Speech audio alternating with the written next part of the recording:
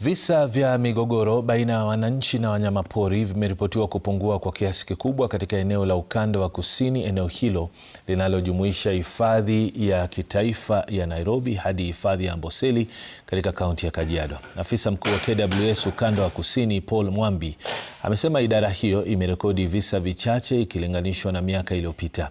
Amesema KWS itaendelea kuhusisha jamii katika masuala ya uhifadhi ili kudhibiti wanyamapori wasiwashambulie wakazi. Aidha, amepongeza juhudi na ushirikiano wa jamii hasa katika kuanzisha hifadhi za jamii. Anasema hifadhi hizo zimeongeza maeneo ya malisho kwa wanyamapori, jambo ambalo limepunguza visa vya wanyamapori kuvamia mashamba na makazi ya watu. Experiences zake za kazi. Hawa jamii ndio first line of defense. Kwa hivyo mambo ya security ya hawa wanyamapori, usalama inaanza na jamii. Tunahusisha hawa jamii kwa sababu hata wakora wakikuja, jamii kama wanashirikiana na wewe na kama wamekushikilia vizuri, wataweza kukupea information. Na wakati mwingine pia wameweza kuchukua hatua hata kabla ya serikali kufika. Kwa hivyo jamii ni kiwango kikubwa sana kwa mambo ya uhifadhi.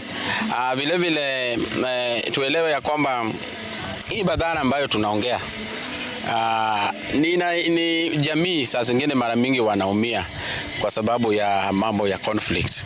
Kwa hivyo tunapowahusisha na pia wanakuja na ideas ambazo zinaweza kusaidia kupunguza haya madhara, tunaona ya kwamba maendeleo ya uhifadhi inaendelea vizuri.